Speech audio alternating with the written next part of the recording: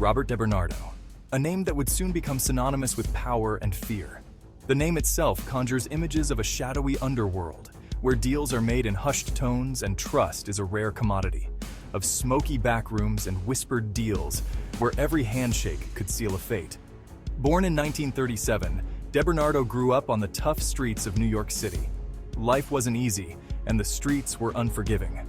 The lure of fast money and power proved too strong to resist. The promise of wealth and influence was intoxicating. He fell in with the Gambino crime family, one of the most powerful mafia clans in the city. This notorious mafia clan became his family, a brotherhood bound by blood and secrecy. Loyalty and ruthlessness were prized above all else. DeBernardo learned quickly, adapting to the harsh realities of mob life. He rose through the ranks, proving his worth with each shady deal and calculated move.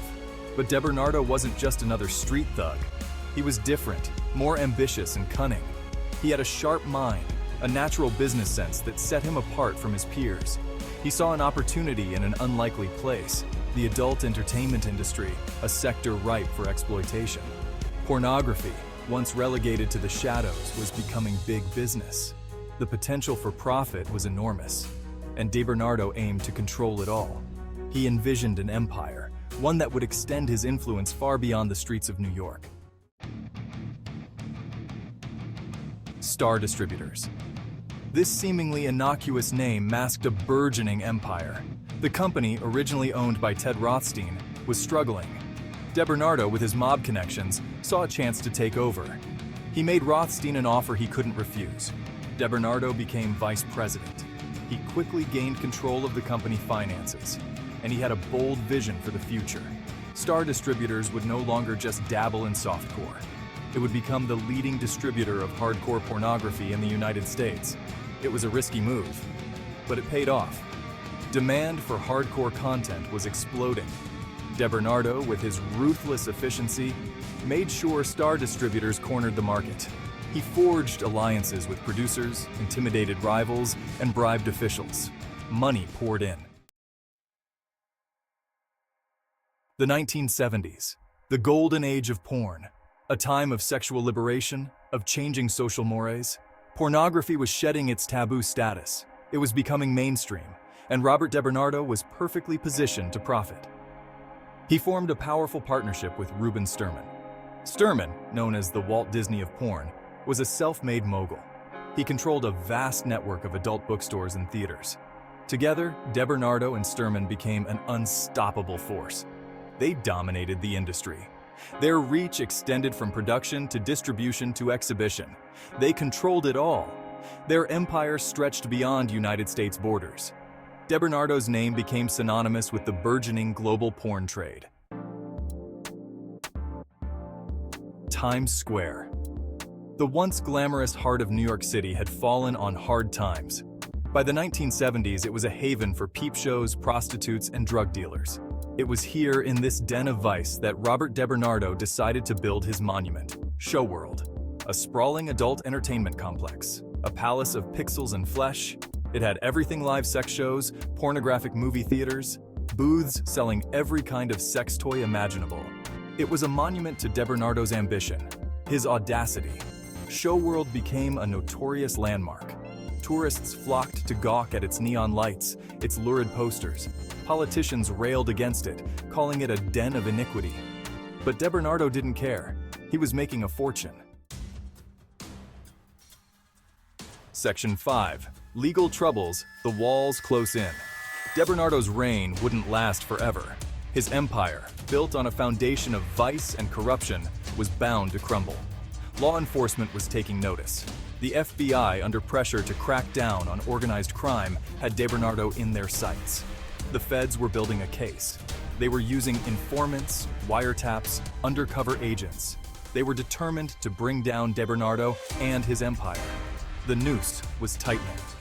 DeBernardo, once seemingly untouchable, was starting to sweat. In 1986, the hammer fell. DeBernardo, along with his old partner Ted Rothstein, was arrested. The charges were numerous: racketeering, conspiracy, interstate transportation of obscene materials. DeBernardo's world was collapsing. Section 6. Operation My Porn, the Feds Strike Back. Operation My Porn. That was the name the FBI gave to their extensive investigation into DeBernardo and the mob's control of the porn industry. This operation was not just a small-scale probe. It was a full-blown, high-stakes mission. It was a massive operation, years in the making, involving countless hours of surveillance, undercover work, and meticulous planning. And it sent shockwaves through the adult entertainment world, shaking the very foundations of the industry. The trial was a media circus, drawing attention from all corners of the globe. Reporters and journalists flocked to cover every twist and turn. Prosecutors painted DeBernardo as a ruthless mob boss, using intimidation and violence to control his empire. They depicted a man who would stop at nothing to maintain his grip on the industry. They presented mountains of evidence wiretap recordings, financial records, testimony from former associates. The jury, however, remained unconvinced despite the overwhelming evidence. In a stunning verdict, DeBernardo and Rothstein were acquitted. The courtroom was left in shock, and the defendants celebrated their unexpected freedom.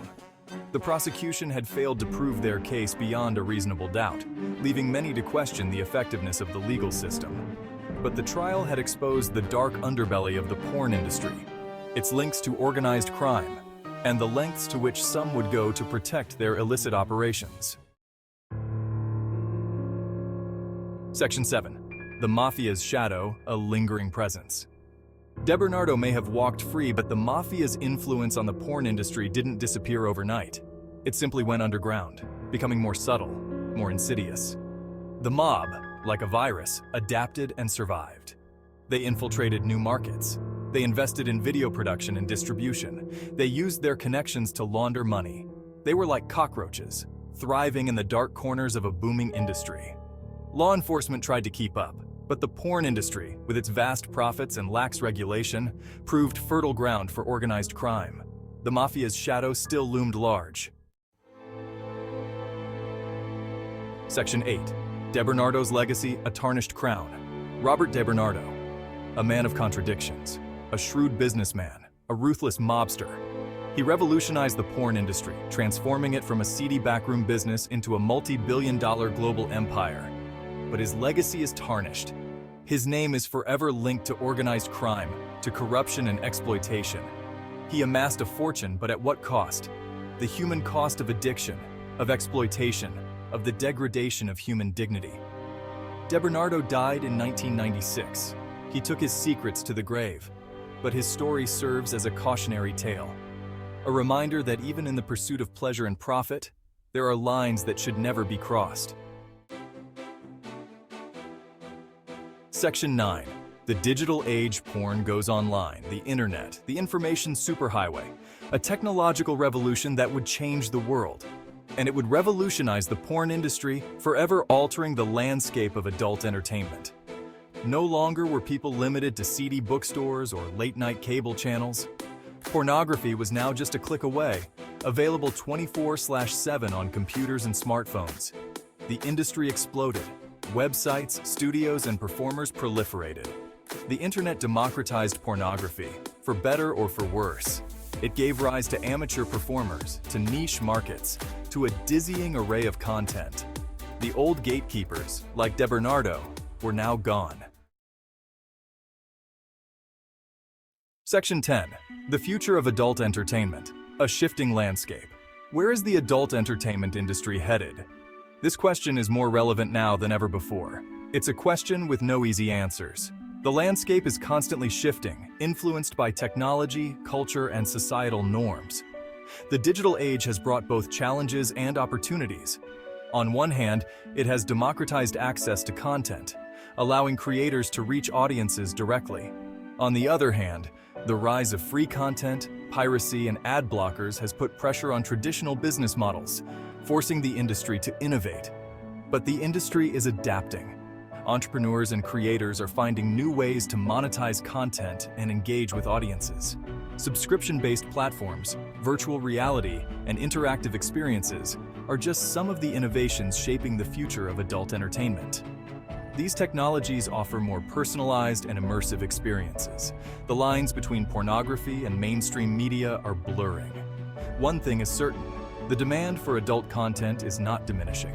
The human desire for pleasure, for intimacy, for escape, is not going away. These fundamental needs drive the industry forward.